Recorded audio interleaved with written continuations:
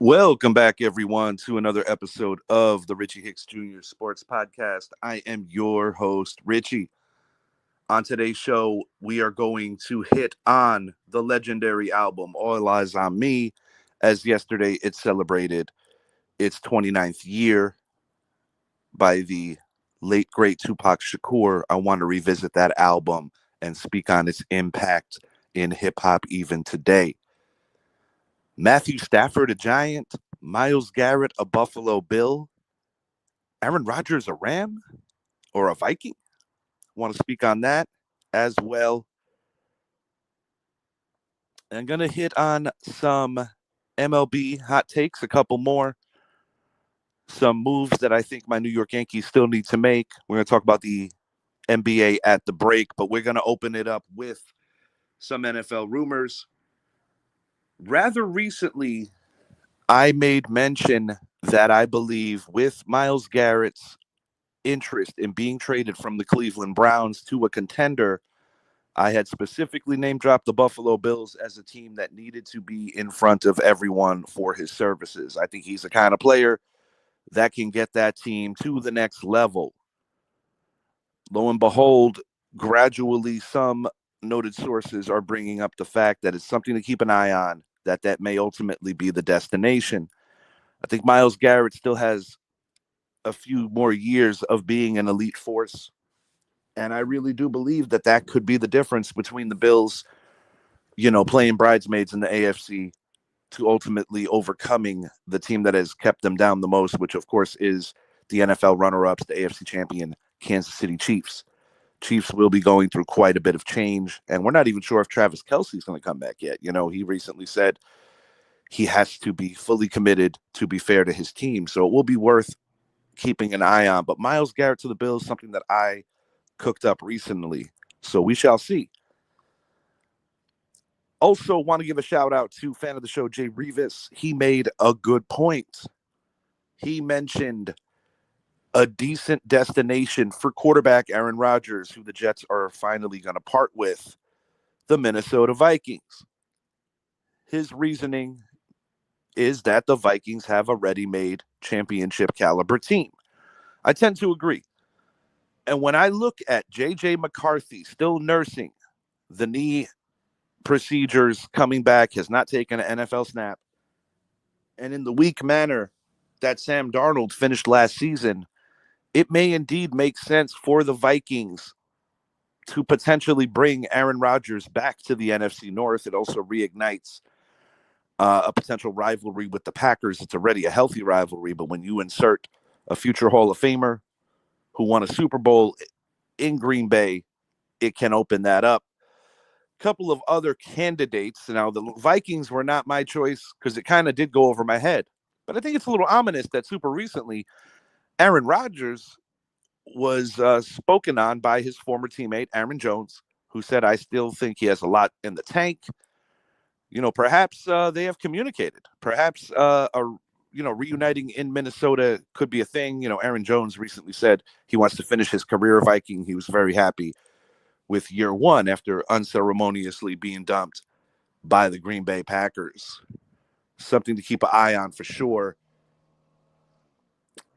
Gonna hit on my favorite football team, the New York Football Giants.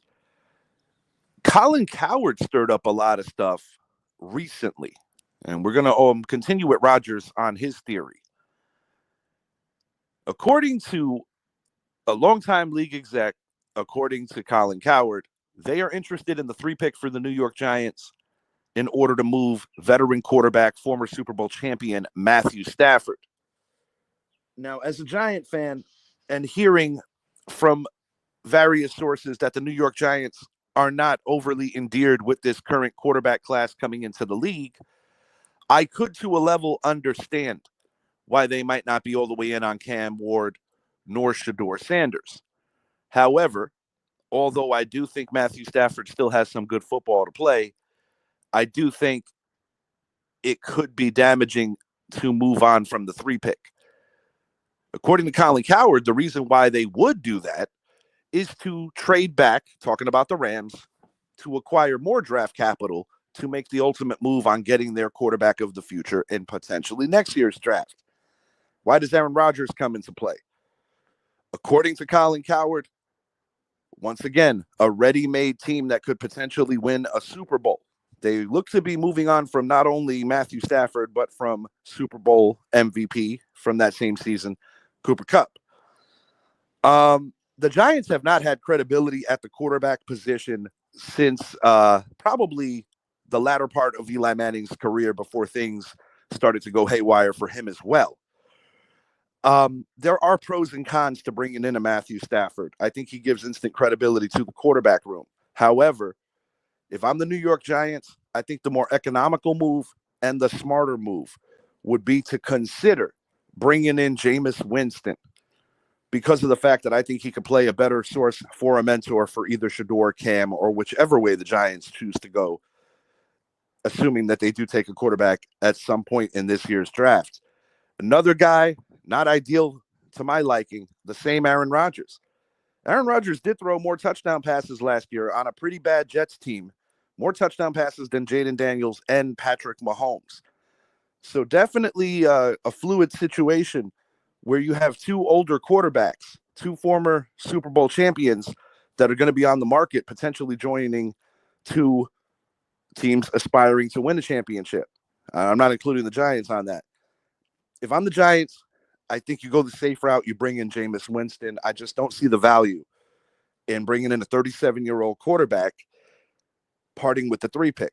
I understand the Rams theory for wanting to do it, but I don't see in any way, shape, or form how the Giants would win that trade. And we just saw the dividends of what trading Carson Wentz did for the Philadelphia Eagles. When you look at so many players that they were able to build with by moving on from Carson Wentz in lieu of getting injured and handing the keys for a short while to the Philly hero of their first Super Bowl victory, Nick Foles.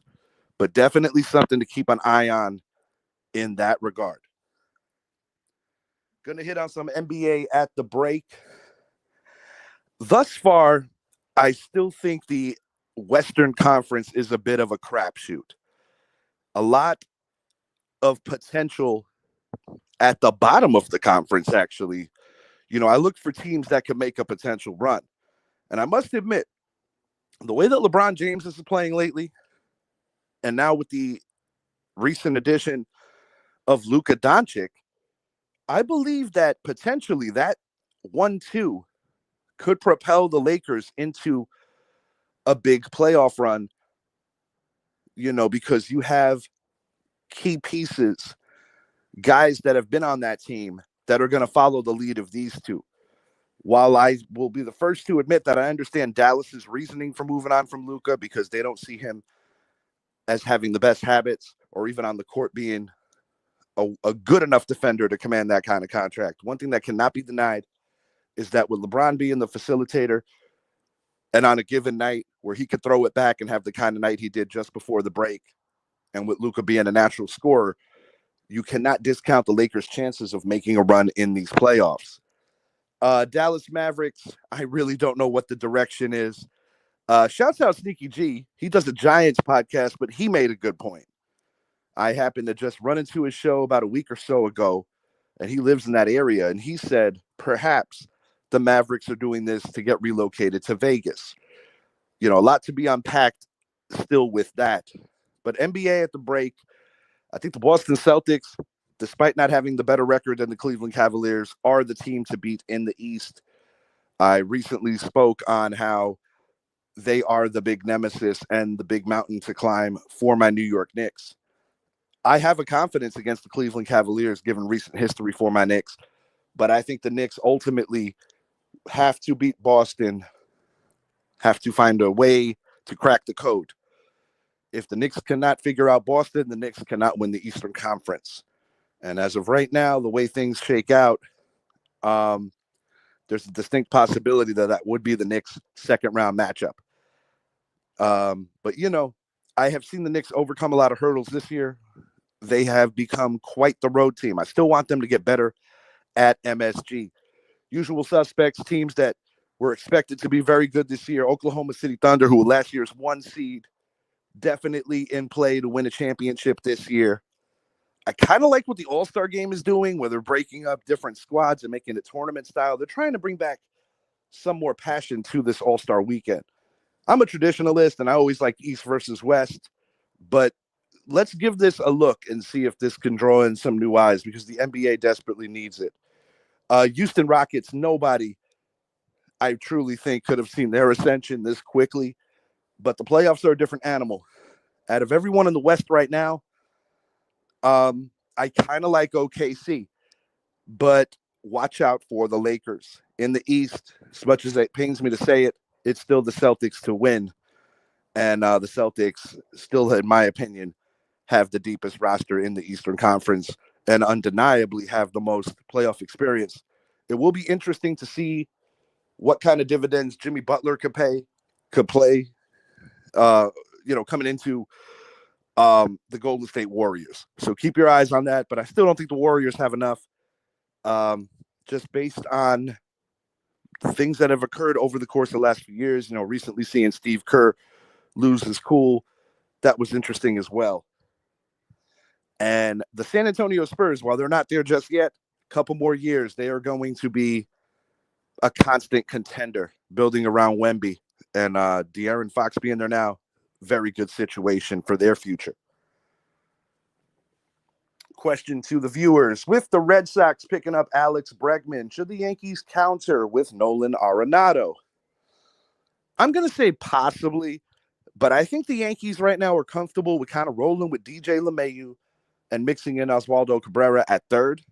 I think the Yankees are hoping that they can get a throwback kind of season from LeMahieu that looks a little bit more like 2019, 2020 DJ LeMahieu. I personally believe that when you're a good hitter in Major League Baseball, you don't forget how to hit. But sometimes Father Time strips you of health. So all you can really hope for is that DJ LeMahieu could stay healthy. Coming into the season last year, Giancarlo Stanton was under a lot of scrutiny about constantly being injured. He still did have an IL stint, but he came in leaner, he came in healthier, and he paid big dividends in the American League playoffs. So I'm hoping DJ LeMahieu. Marcus Stroman rejoins Yankees camp, rejects bullpen role. It's time to trade that man. I don't like the fact of the way things are going. This just came over my feed. That's why I just interrupted myself. But Marcus Stroman, I spoke about it on my show recently with Richie Dorney. Yankees got to move on from Stroman. It's going to be hard to find the right partner. So I do believe the Yankees are going to have to eat a lot of that green in order to move him on. We shall see how that plays. But I could see Arenado as a deadline pickup in the event that they are not happy with the production at third base. But I think given DJ LeMahieu's time with the Yankees, they want to give him the first crack. And, you have the corners, third and first. At first, you have Paul Goldschmidt, only a couple of years removed from a National League MVP. However, older. It's a short-term deal. He's replacing Anthony Rizzo. I still view it as an upgrade. And I said it recently. I think it can mirror something similar, if not better than what Matt Carpenter did, oddly enough, another former Cardinal. So we'll see how that plays out. But I do believe that given the fact that the New York Yankees lost the biggest prize in free agency in Juan Soto, their one-year rental, I believe that they did a great job of filling out this roster. Jonathan Loaiziga, unfortunately, will not be pitching until May. Under other circumstances, I'd be a little more concerned, but I think the Yankees have more than enough juice and depth in that bullpen to overcome that. Last year, they made the World Series after he was injured in April. So I'm rooting for him to get back into the mix, but the Yankees have plenty of quality bullpen arms, and it's going to be an uphill battle for Loaiziga to regain high leverage situations because, he has to get his body right. We'll see how that plays out. Before I get out of here, I do want to hit on this album, All Eyes on Me, and the impact that it made in hip-hop. First double album in hip-hop history, dropped in 1995. This month, 29 years ago, yesterday was the anniversary. Tupac Shakur, prior to this album, constantly viewed in some circles as a problem. I think a lot of the truth in a lot of his lyricism scared a lot of folks that were like the higher ups, the people that run the music industry. Sadly, I think because of his Panther roots, given that his mother, Afeni, was a member of the Black Panthers, I think that being a young man, young 20s at the time, I think in a lot of ways Tupac was misunderstood. He famously signed a sketchy paper deal with Suge Marion Knight to get out of jail, a very questionable rape charge. Not here to get into the legalities. Check it out for yourselves and you come up with your own conclusion. Point to be made is that when Tupac was looking to record with another artist named Little Sean in Quad Studios, everything changed. Um, he was robbed for a substantial amount of jewelry. He was shot multiple times. He survived.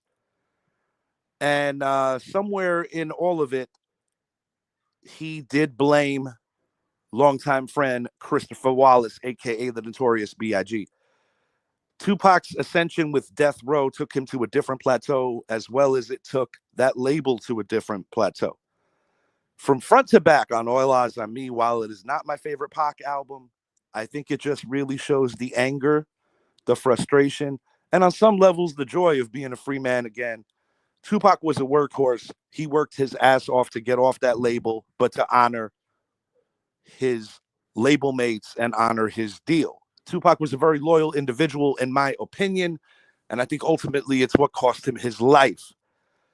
But All Eyes on Me, undeniably, in my opinion, a top 10 all-time rap album, and one that I might revisit as recently as soon as today.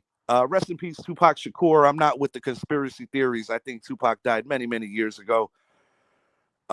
You know, when you love an artist, regardless of music genre, you don't want to believe it.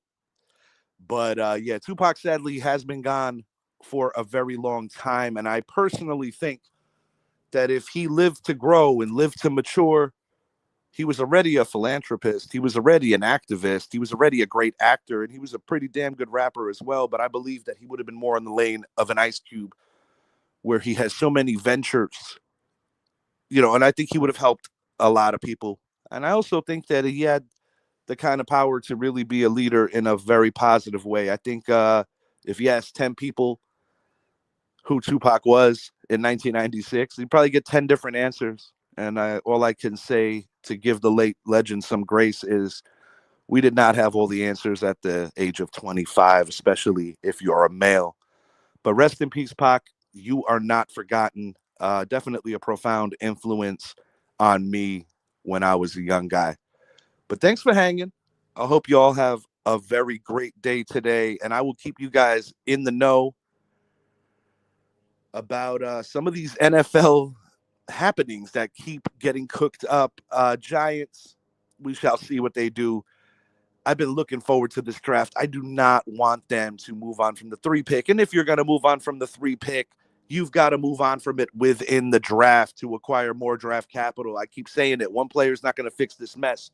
However, Matthew Stafford will give us some credibility. Last thought on Matthew Stafford, regardless of me being concerned about his injury history and his age. In my opinion, if the Rams do not have a false start in that snow game against Philly, I think they would have stole the game. That 2-score lead evaporated quickly for the Eagles, and their defense was gassed. It took that penalty for them to get some fresh lungs on that field and for them to complete the job. It was a great game, probably the best challenge the Eagles got during the playoffs, because it certainly wasn't the title game or the Super Bowl. That was just a coronation on Super Sunday. As much as I can't stand the Eagles, you got to give them all the credit. They earned it. But until next time, I am Richie. Have a great day, everyone. Oh, before I get out of here, Johnny, I'm sorry, man. I'm on the phone. John Nast. Rams have a lot of cap issues, too. Yes, they do. If you want to throw an oddball name out there, Derek Carr might become available down there. Okay. Yeah, the 76ers, they got to figure out something with Joel Embiid, John. No question about it. They got to figure something out with Joel Embiid. Keep the youth. Yes, sir. We are like-minded. John Nast does a phenomenal show called The Basement Show. They've got ladies' night. They got trivia night.